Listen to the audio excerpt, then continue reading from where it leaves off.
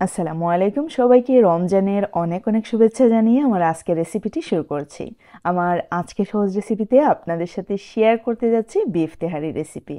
এই রেসিপি সবাই কিন্তু খুব সহজেই তৈরি করে নিতে পারবেন। আমরা ইফতারের জন্য খুব ইজিলি তৈরি করে নিতে পারি, এমনকি সামনে তো ঈদ আসছে, ঈদে কিন্তু অনায়াসে তৈরি করে নিতে পারি। পানিযুক্ত একটি বাটিতে নিয়ে নিচ্ছি 2 কাপ পরিমাণে চাল।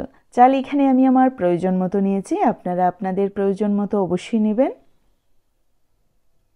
এখন চালটাকে 2 থেকে 3 বার ধুয়ে নিতে হবে, পানিটা একদম সহ্য হওয়ার আগ পর্যন্ত। তারপরে একটি স্ট্রেইনারে পানি ঝরানোর জন্য রেখে দেব। যখনই আমরা তেহারি তৈরি করব চেষ্টা করব আধা ঘন্টা আগে যেন চালটাকে ধুয়ে পানি ঝরাতে দেই, তাহলে কিন্তু অনেক ভালো হবে। এইখানে আছে প্রায় 400 গ্রামের মতো বিফ। এই বিফগুলো আমি নিয়েছি আমার চালের পরিমাণে, যেহেতু আমি 2 কাপ পরিমাণে চাল ইউজ করেছি তাই জন্য 400 গ্রামের মতো বিফ নিয়েছি। যদি আপনারা 4 কাপের মতো চাল ইউজ করেন অবশ্যই 800 গ্রাম বা 1 কেজির মতো বিফ ইউজ করতে পারেন। তো একটি প্যানে আমি দিয়ে দিলাম 1 কাপ পরিমাণে তেল, আর দিয়ে দিলাম প্রায় 1 কাপ পরিমাণে পেঁয়াজ কুচি। মাংসটাকে আমরা আগে ভুনে নেব।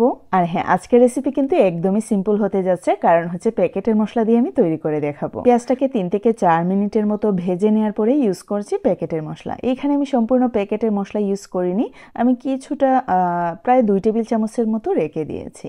যদি চালের পরিমাণ মাংসের পরিমাণ আর একটু বেশি হয়, 1 কেজি হয়, তাহলে কিন্তু সম্পূর্ণ প্যাকেট আপনারা ইউজ করতে পারেন, তাতে কোনো প্রবলেম নেই। আর প্যাকেটের গায়ে সম্পূর্ণ ডিরেকশন দেওয়া আছে, যারা নতুন আমরা লেখাপড়া জানি আমরা কিন্তু পরে ইজিলি খুব সুন্দর করে তৈরি করে নিতে পারবো। তো দেখতে পাচ্ছেন মশলাটা সামান্য কষিয়ে নেওয়ার পরে আমি বিফ দিয়ে দিলাম, দিয়ে দিচ্ছি স্বাদ মতো লবণ। যারা নতুন তাদেরকে বলছি, যদি আমরা স্টেপ বাই স্টেপ সব কিছু ফলো করি অথবা বাজারে কেনা প্যাকেটের মশলার গায়ে লিখা আমরা ফলো করি, আমরা খুব সুন্দর করে কিন্তু রান্না করতে পারি।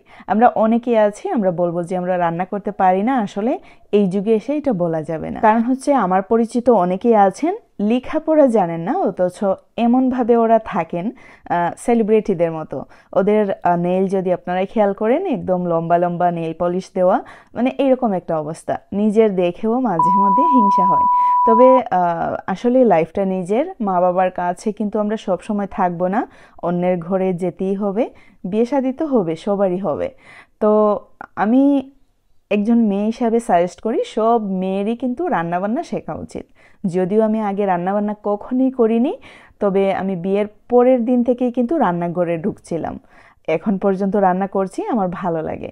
এর আগে কখনোই আমি রান্না করিনি, তবে রান্নাবান্নার বই পড়ে অনেক স্পেশাল রেসিপিগুলো আমি ট্রাই করতাম আর সফলও হয়েছি। তো দেখতে পেলেন এইখানে আমি 1/3 কাপ পরিমাণ তেল দিলাম আর 1 কাপ পরিমাণে পেঁয়াজ কুচি, আর ওই যে মশলাটুকু ইউজ করলাম ওই প্যাকেটের ভেতরেই কিন্তু ছিল।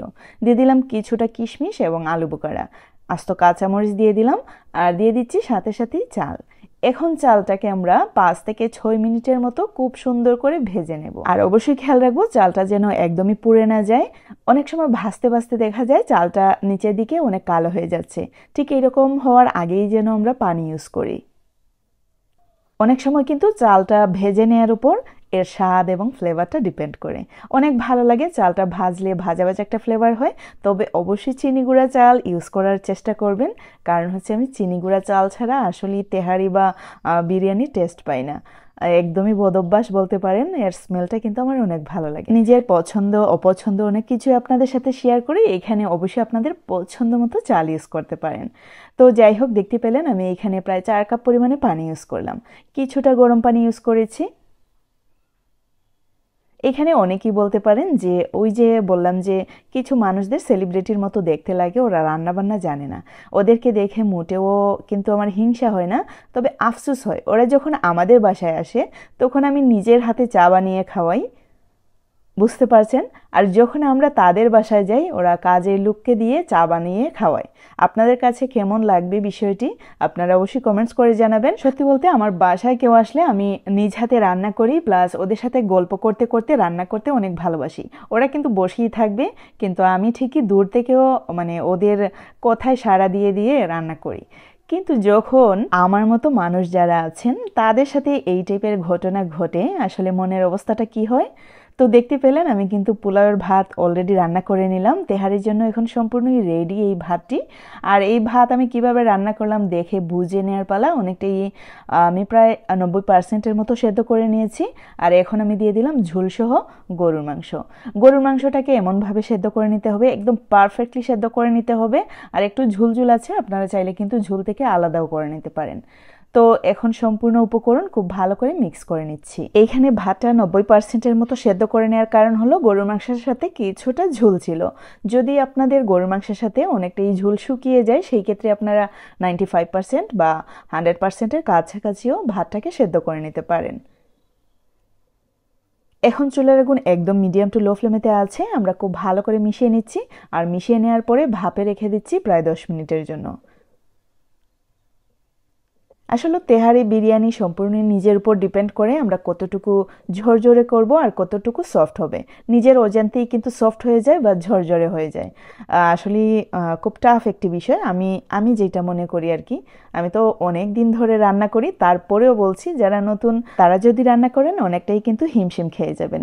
আর আশা করি যদি কন্টিনিউ রান্না করেন, কিছুদিন পরপর হলেও ট্রাই করেন, একদমই সব কিছুই ঠিক হয়ে যাবে। আর যারা সব কিছু পেরেও না পারার ভান করেন তাদেরকে শেখানোর মতো কোনো কিছুই নেই, কোনো শক্তি নেই তাদেরকে বোঝানোর বা শেখানোর।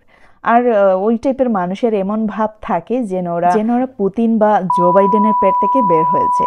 I am sorry to say that, কারণ হচ্ছে আমি আসলেই অনেক খারাপ লাগা থেকে এই কথাগুলো বলছি। যারা আমার রেসিপি গুলো দেখেন কন্টিনিউ, আমার 10 জন সাবস্ক্রাইবার হোক যথেষ্ট। আমি আশা করি আমার সব রেসিপিগুলো যদি দেখেন, মানে এই টাইপের কোনো কথা পাবেন না। আমি রিসেন্ট কিছুটা ফেস করেছি, তাই জন্য আপনাদের সাথে শেয়ার করা। আসলে আমাদের বাচ্চা কাচ্চাদের যেন আমরা সঠিক শিক্ষায় শিক্ষিত করে তুলি, সেই রিকোয়েস্ট থাকবে আমাদের সবার কাছে। একদম যে এমবিএ এমবিবিএস কমপ্লিট করতে হবে তা কিন্তু না, তবে আমাদের অবশ্যই উচিত আমাদের বাচ্চাদেরকে যেন মানুষের সাথে কিভাবে তাল মিলিয়ে চলতে হয় সেই শিক্ষাটা দেওয়া উচিত, অবশ্যই বাদভাবে তাল মিলিয়ে নয়। তো যাই হোক, আমার রেসিপি কিন্তু অলরেডি শেষ, আপনারা দেখে ফেলেছেন।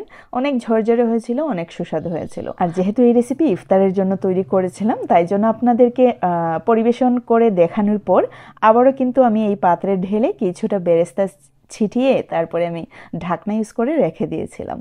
তো যাই হোক, আশা করি ভালো লেগেছে আপনাদের। ভালো লাগলে লাইক কমেন্ট শেয়ার করতে ভুলবেন না, বেশি ভালো লাগলে সাবস্ক্রাইব।